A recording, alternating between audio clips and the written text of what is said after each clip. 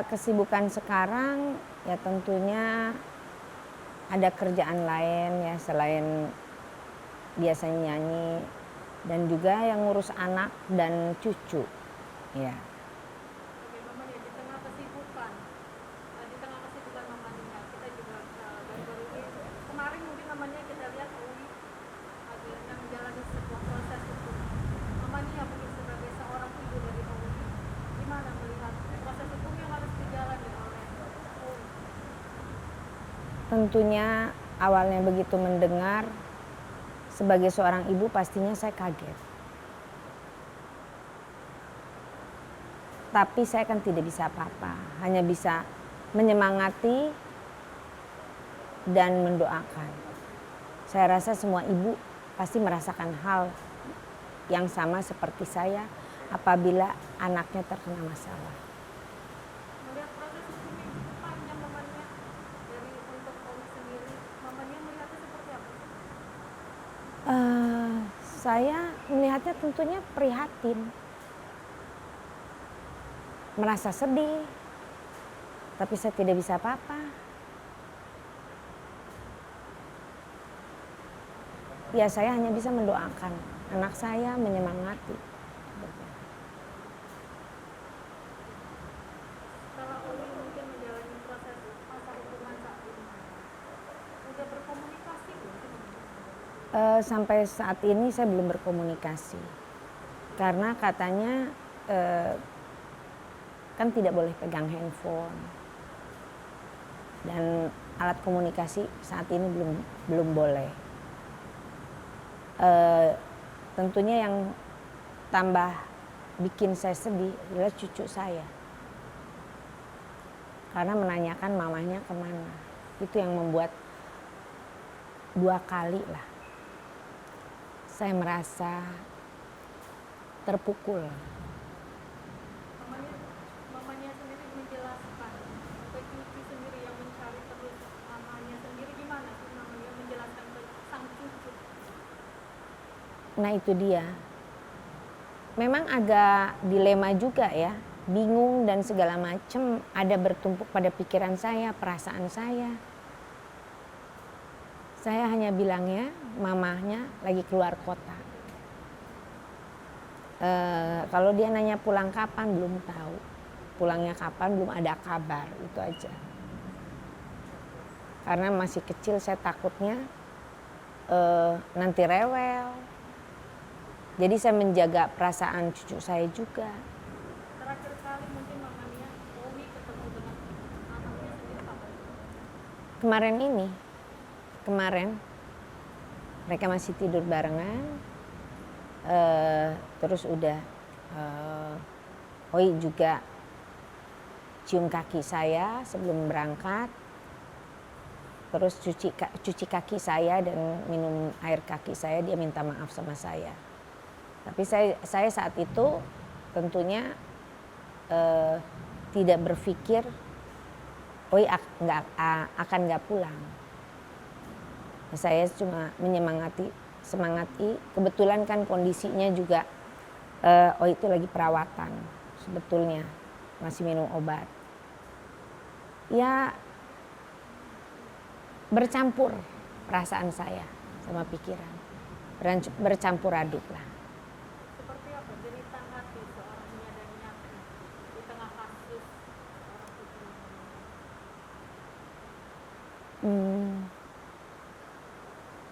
Tentunya teman-teman semua, anak saya Angga, yang pertama dia menyemangati saya, Mama jangan banyak pikiran. Mama harus tenang, Mama harus sehat, Mama istirahat. Karena dibilang tidak kepikiran, pasti kan kepikiran.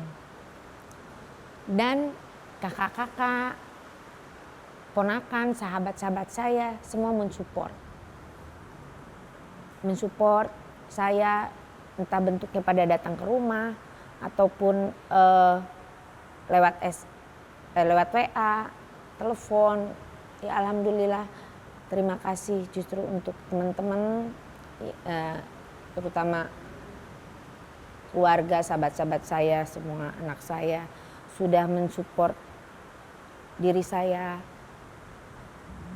dan juga keluarga. Terima kasih banyak. Apa yang Mama Nia bayangkan pertama kali ketika akhirnya harus menjalani semua proses itu? Awalnya saya tidak terbayang sampai di situ. Saya pikir seperti biasa, belum secepat keadaannya belum secepat inilah. Masih ada proses-proses lain, tapi kan pihak berwajib lebih tahu, lebih mengerti.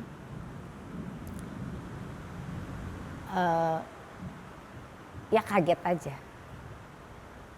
Namanya seorang ibu pasti seperti apapun anaknya akan selalu menjadi garda terdepan Mama Nia untuk anak. Ya, Mama Nia sendiri seperti apa cara Mama Nia mungkin untuk melindungi sang putri tercinta ini? tentunya ya dari kecil juga saya selalu melindungi anak-anak saya. Jangankan anak, keponakan pun saya mengurusnya gitu. Apalagi darah daging saya sendiri.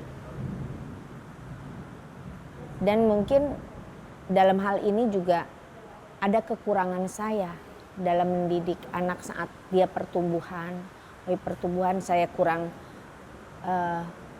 perhatian karena saat itu ritme kerja saya full dan mungkin itu berdampak ya biar bagaimana itu menjadi pemikiran saya dan perasaan saya saat ini. Tapi bagaimanapun itu ya tentunya sebagai orang tua ingin yang terbaik buat anaknya. Saya hanya bisa saat ini mengikuti berjalannya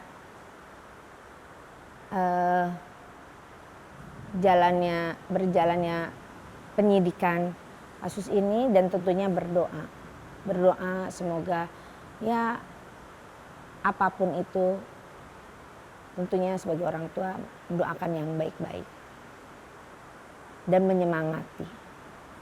Mama Nia tadi sempat bilang mungkin dulu tidak punya banyak waktu untuk mengurus Iya. karena ada pekerjaan lain. Artinya ada penyesalan nggak sih Mama Nia di sini? Sedikit banyaknya pasti mungkin saya mengingat masa lalu lagi ya. Pasti ada, oh ini loh namanya manusia, saya juga tidak luput dari kekurangan sebagai seorang ibu. Tapi saya juga tidak bisa mengerem lingkungan yang ada di sekitar pergaulan anak sendiri. Ya itu tentunya yang bisa menjadikan saya lebih mendoakan lagi lebih menyemangati anak saya biar bagaimana apapun itu tetap orang tua selalu di belakang. Kapan Mama Nia mungkin rencana mau menjemput Owi? Sampai saat ini belum ya. Karena memang hanya tim pengacara yang boleh menjenguk, bahkan kan telepon juga tidak memakainya. Saya mengikuti aja alurnya pihak-pihak yang berwenang. Merawat Owi mungkin masih dari dalam kandungan sampai sekarang. Owi sosoknya seperti apa di Mama Nia? Oi ini sebenarnya sosok anak yang periang. Apabila dimintain tolong sama temannya pasti dia dengan segenap apa yang dia bisa, apa yang dia punya. Dari kecil dari kecil tuh tangannya tidak pernah tertutup, terbuka terus untuk semua teman-temannya. Tapi seingat saya waktu kecil, ini pernah kebentur besi di bagian kepalanya. Dan itu saya anggap dia nangis menjerit-jerit, saya abaikan. Sehingga pada umur 7 tahun dia kejang-kejang, akhirnya harus di CT scan dengan masuk ke tabung itu dan dia harus minum obat selama 6 tahun karena ada penggumpalan darah di kepalanya. Itu saya menganggap itu biasa saja gitu loh. Oh ada pengobatan dari dokter ya sudah gitu. Dan bahkan karena ada kejadian seperti ini, saya baru tersadar, oh mungkin harus konsultasi dengan dokter psikiater atau psikolog. Dan memang menurut dokter memang harus diterapi terus. Saya lupa jenisnya apa, tapi yang saya tahu itu karena memang selama begitu ada kejadian ini, sebelum itu berapa bulan ke belakang, memang selalu konsultasi dengan psikiater dan sebetulnya harus dirawat. Tapi kan terputus-putus perawatannya ini. Gitu. Yang jelas ya sebagai orang tua bingung, sedih, bercampur aduk, nggak tahu apa yang harus dilakukan. Tapi tentunya saya memohon sama Yang Maha Kuasa, karena manusia kan hanya menjalankan. Anak saya juga kan hanya titipan, semuanya. Yang memberikan semua ke dunia ini ya Yang Maha Kuasa, Allah Yang Maha Kuasa. Ya saya bergantung lagi, saya kembalikan sama Allah. Itu aja. Tapi kalau boleh tahu, dengan riwayat sakitnya Uwi yang baru sama Mania cerita ini, ada pengaruhnya juga untuk permasalahan yang sedang Uwi alami? Nah, tentunya kalau pandangan saya, kalau menurut yang sudah selama ini dijalanin, psikiaternya bilang tentunya pasti ada pengaruhnya. Di situ ada macam-macam riwayat penyakit ini psikiater yang tahu. Setelah perawatan anak saya ini. Ini sebagai seorang ibu, kekhawatiran Mama Nia ketika Uwi harus berada di balik bumi sendiri seperti apa? Pastilah sedih, memikirkan bagaimana dia tidur, bagaimana makannya, bagaimana tempatnya, itu udah pasti ya. Dan selain itu juga saya memikirkan cucu saya ini, bagaimana kalau bertanya lagi sampai kapan, kan itu saya nggak bisa hindari gitu. Ya untuk sekarang ini saya serahkan sama tim kuasa hukum dan pihak yang berwajib aja. Merasa terpukul nggak sih Mama Nia dengan permasalahan bertubi-tubi yang harus menimpa Uwi? Pastinya, sebagai seorang ibu,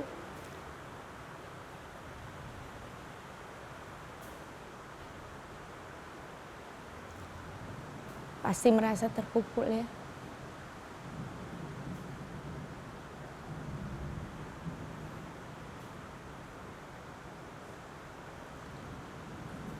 Sekarang ini saya hanya bisa mendoakan aja, nggak bisa apa-apa lagi.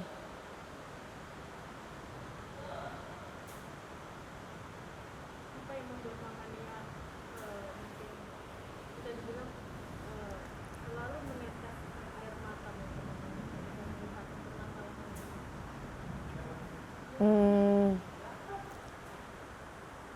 Mungkin boleh dibilang saya sebagai seorang wanita mungkin saya lebih besar kadar perasaannya dibanding logikanya. Jadi kalau mendapatkan satu dan lain hal kejadian, pastinya langsung menyentuh saya, menyentuh hati saya. Apalagi ini berurusan dengan darah daging saya sendiri. Mohon maaf Mama Nia, dengan kasus ini Mama Nia sebagai seorang ibu dari Uwi merasa gagal nggak? Pastinya saya merasakan itu ya. Itu tadi, makanya mungkin itu kesalahan saya waktu anak dalam pertumbuhan, yang kurang waktu saat itu. Walaupun saya sudah semaksimal mungkin, tapi keadaan di luar saya tidak tahu. Pergaulan seperti apa, walaupun semenjak SMA kalau pergi kemana-mana juga kakak saya yang dampingi di luar sekolah. Ini jalan hidup kita tidak ada yang tahu. Tidak ada yang tahu semua. Bahkan orang yang mungkin agamanya kuat pun, mendidik dengan agama kuat pun, orang lain kita tidak ada yang tahu jalan hidup ke depan. Yang jelas sebagai orang tua pastinya semua ibu ingin mendidik anaknya atau memberikan untuk anaknya yang terbaik. Gitu. Tapi jalan kehidupan kita tidak pernah ada yang tahu ke depannya seperti apa. Anak dari Nian, ada anak dari Ewi sendiri mamanya. Ini kita nggak ada yang tahu berapa lama mereka akan terpisah.